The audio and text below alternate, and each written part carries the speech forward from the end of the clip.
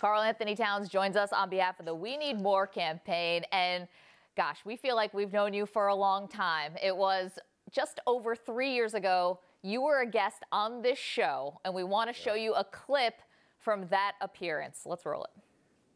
NBA is always the goal, but I worked so hard in my life to be in the NBA and see my parents in the stadiums watching me play. But for me right now, I have to focus on one thing. That's right now in my high school season, winning a state championship, winning a TOC championship, and also preparing for my freshman year at Kentucky.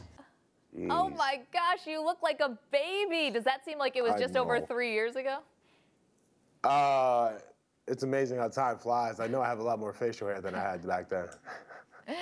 You know what's funny is, your father, Carl Sr., was with you in that interview. Not once did he ever make it about himself. It was all about you. And we're not really seeing that a lot these days. Sometimes the parents like to overshadow the kid. I mean, take us through your relationship with him. How did he navigate you being such a top prospect and him being proud yet not overshadowing? I think for my father, just, he understood that I loved the game. I loved it tremendously, and it was a true love I had for the game, something that he let me organically grow over time. So he was just extremely proud that I chased my dreams and I was just continuing to fight to achieve my goals. And for him, I think that he was just happy that, he's seeing his son do so well in the world, and just wanted to share the moment with me, obviously, but also remember that it's always my moment and just be there for support. Yeah, I mean, he was never said, my kid's going to be the #1 draft pick, my kid's better than your kid. In fact, it seems like on the outside, you really accomplished all of those goals that we were even talking about 3.5 years ago. What's been the sweetest moment from that journey, from that high school senior we saw to now? I think it had to be June 25th. I mean, just to make it to the NBA and be the #1 pick is a huge honor. It's a huge blessing, and to have the opportunity to play for the Minnesota Timberwolves is a dream come true. I'm truly blessed with this opportunity to play here in such a great city with such great fans, and to just see my dreams come true from a little boy wanting to be in the NBA, watching NBA TV all the time, watching NBA games, and now to be part of the NBA game is truly it's a mind-blowing experience. And just to think about, I was just a kid in Piscataway having hoop dreams, and now I'm living them. What's been the most challenging?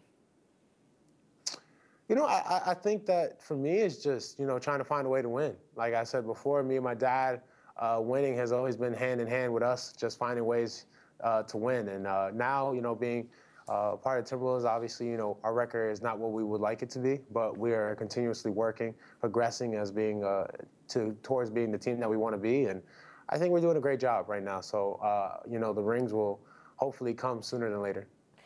The team lost this significant piece in Zach LaVine. I think a lot of people sort of spelled doom for the Minnesota Timberwolves, but really that did not happen. You guys are 11-13, holding steady. Why has the team been better without him? It's not that we're better without him at all. I think that's something that people are seeing wrong. I think that we are just sharpening. We had to really come together, especially with Zach being out, to accomplish or have a chance to accomplish our dreams and goals. So, we had to pick up our defense, had to pick up our offense.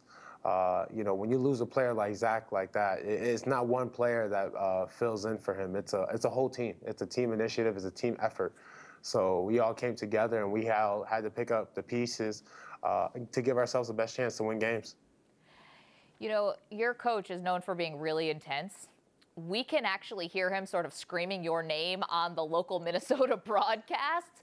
Who's more intense, him or Kevin Garnett?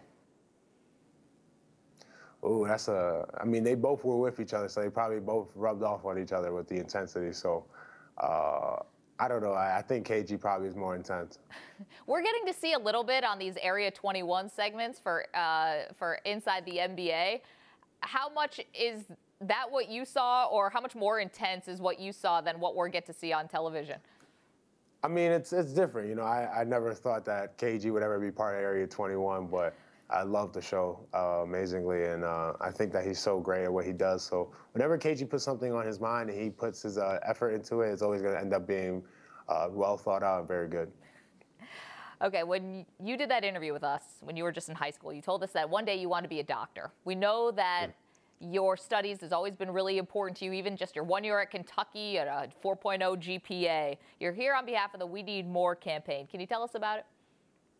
It's amazing. I think that to be with such a great company like Verizon, to be able to talk about such great things, you know, the We Need More initiative is about just bringing science, technology, engineering, and math to kids around the world, and also showing, you know, how important it is to understand these topics, you know, and also with so many jobs becoming more and more available every day, to understand these topics, have the supplies, the knowledge to do it, is going to bring so many more people into the world and give them so much more opportunity. So I'm so glad to be here to bring awareness to it and be able to show the world that how important these topics truly are. Yeah, we can see the website behind you, the WeNeedMore.com. It's a fantastic campaign. One more before we let you go. Obviously, March Madness is here.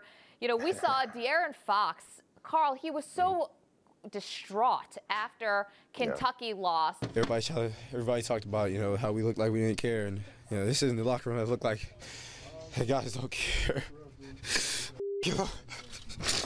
I love my brothers, man. Then on the flip side, you see Lonzo Ball, and you know, we're no body language experts, but he seems like he's just sort of looking ahead to the NBA, and he's sort of ready to put college behind him.